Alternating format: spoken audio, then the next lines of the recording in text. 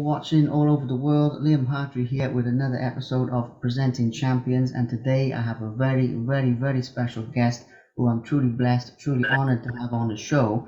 And this today's guest is James Lights Out Toney, the living legend of boxing. In his incredible career, he's accomplished so much. I've actually got a list of accomplishments here, which I'll go through real quick, and then we'll get this show on the road. 29-year professional career. Now that's something you don't hear every day. 92 professional fights. Obviously, multiple time world champion, IBF middleweight champion, IBF super middleweight world champion, IBF cruiserweight champion, and WBA heavyweight champion as well. Although he was stripped. And IBA heavyweight world champion, which I made multiple title defenses. Yeah. And the WBF, I count all my titles as world titles. I've got them here. I've got them all here. Do you know that? Listen to this, champ. Listen to this.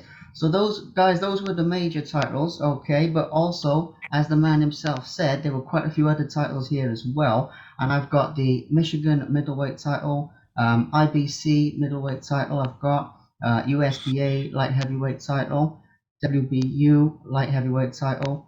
WBU continental cruiserweight title, WBU cruiserweight title, IBO cruiserweight title, IBA cruiserweight title, multiple defenses of that, WBC Continental Americas title, IBU heavyweight title, WBF heavyweight title, and took part in the Prize Fighter 32 in London. Have I missed anything there, champ? Have I missed any belts? There's a lot of belts. And the only IBA World Super Cruiserweight Championship back in the day. Okay. That's a lot. That's 6 divisions that won world titles in. Yeah, 6 divisions. It's incredible. And I also have to say to our fans as well, not to forget, obviously, you also starred in the film Ali, playing Joe Frazier alongside Will Smith and Jamie Foxx, among others, directed by Michael Mann. I've seen that movie. It's a great movie. Anyone who hasn't seen it, check it out. So we've got that as well. Obviously, you were also voted Fighter of the Year 1991, 2003 as well by the Ring Magazine and the Boxing Writers Association of America as well. So I've got that. Obviously, there's the MMA fight in there as well against Randy Couture, as with the crossover fight that you had.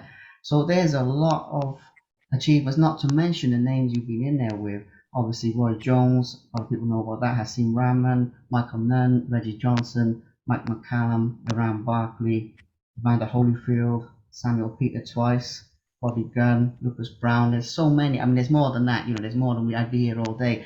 But champ, hopefully I've done that justice. By rattling out just a few of your amazing achievements there, because there is so much.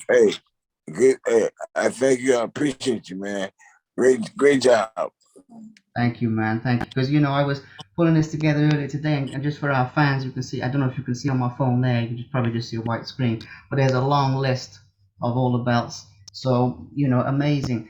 So, champ, the place I'd like to start, I think a lot of fans would like to know about what you're doing right now, because obviously you've been out of the ring a few years. Obviously, you had some big projects outside of boxing with the film that I mentioned, the movie that I mentioned, and different things like that. But for anybody that doesn't know, what are some of the things you're working on right now in 2022? What's your life like? Obviously, we've had the pandemic, we've had crazy times. So just tell us a little bit about your day-to-day life as it is right now. Right now, as we speak, I'm working on a whole bunch of new projects like Fat Burners, Libido.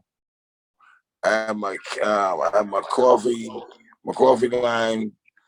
My documentary and my book, which will be out next year. Incredible. So right now, I'm keeping myself pretty busy. We're trying to get everything in order. Unfortunately, my partner, my pops, he just passed away last week, and it's just crazy. So I'm just going through all that right now. Yeah, all going on. Well, I'm sorry for your loss there, champ. I will say. With that, but obviously with some of the good things you've got going on as well.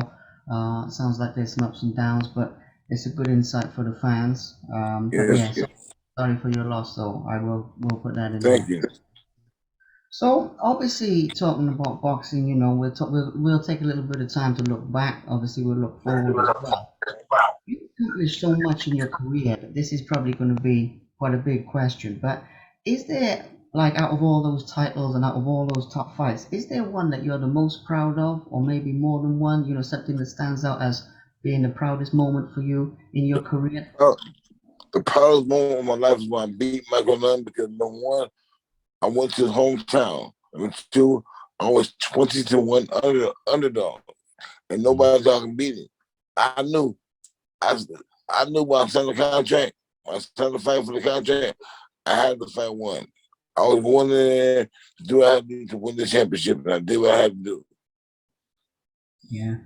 That's the proudest moment. Incredible. It's an incredible win. Obviously, one of many, but it is an incredible win. Now, we will talk about some other aspects of your life, but obviously, the fans are itching to hear about obviously the boxing side of things. So, out of the opponents, you're regarded as a very, very tough fighter. Obviously, great defense. We could talk all day about the style, the counter punching, fighting off the ropes, all these different things. But one of the things people always say is obviously the toughness, never being knocked out, rarely being knocked down and everything. But if you flip that on its head, who was the toughest guy that you faced, in terms of like the toughest fight that, the toughest fight you were in? I'm gonna say, I say time in, time out. I'm gonna still say it. It's Mike McCallum, the bias. Yeah, Mike McCallum was a real fighter, a great technical fighter. You had to be careful with him because he says traps for you. So you had to be very careful with him and and just take your time trying to take this belt from him. And that's what I did. I took my time, piece by piece, bit by bit. I kind of slowly got closer to him and started wearing him out. yeah, The fastest absolutely. guy I fought, the fastest guy I fought, hands down, Roy Jones Jr. That dude is fast as hell.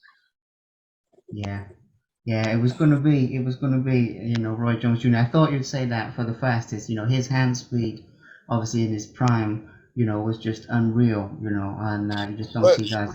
but, but I'm gonna tell you this: if I wasn't set for that fight, which was the way football mine, it would have been the same words.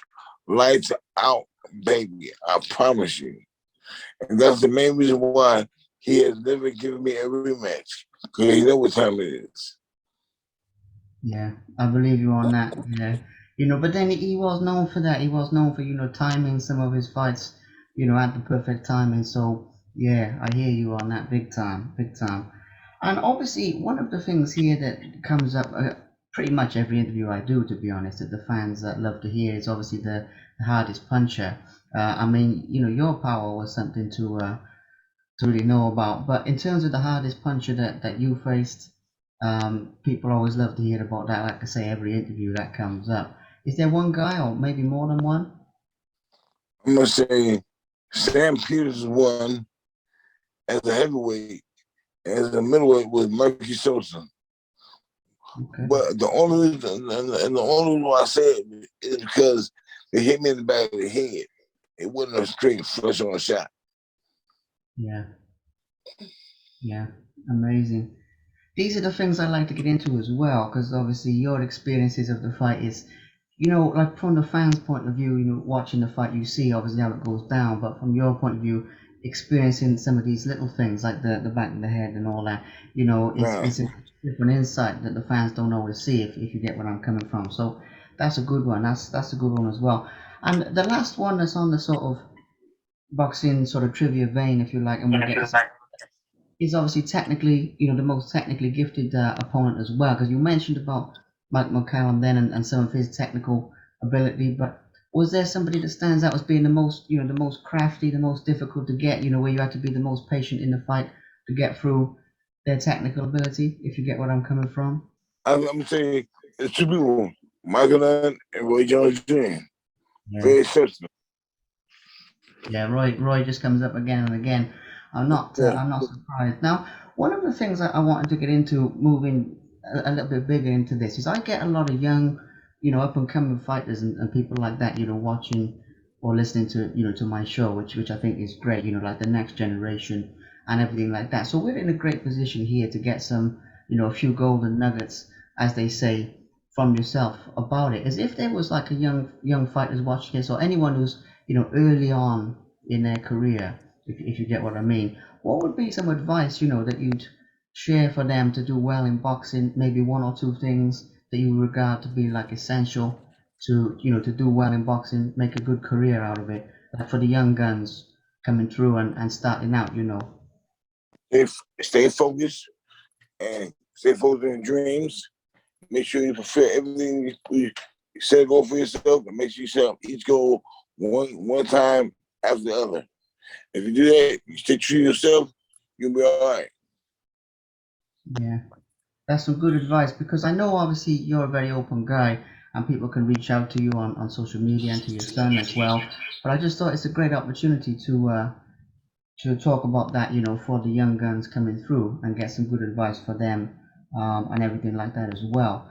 So we've talked about quite a few things like that, the physical side of it.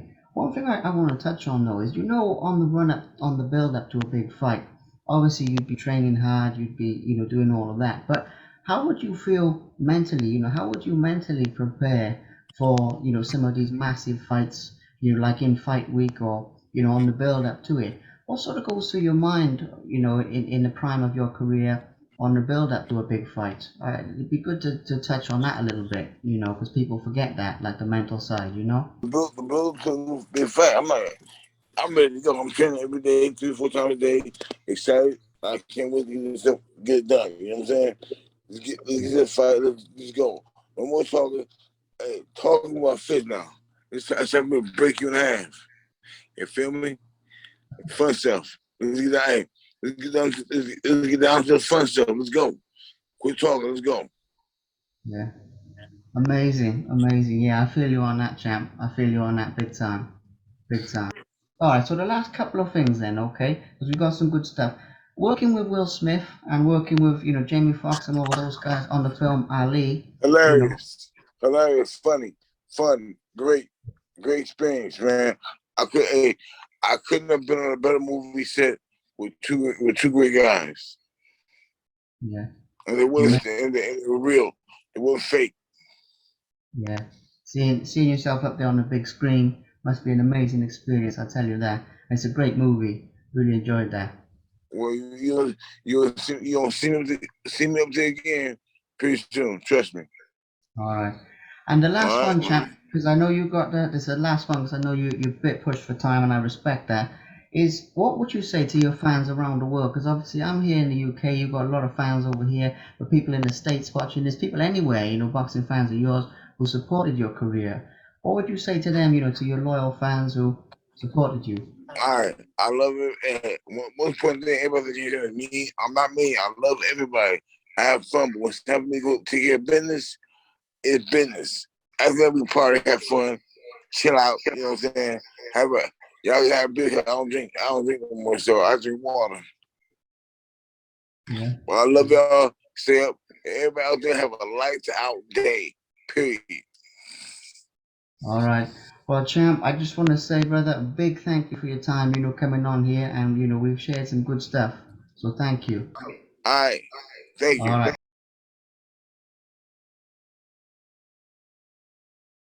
Thank you very much for watching. Please subscribe to the Simply Inspired YouTube channel, and there'll be more videos coming soon.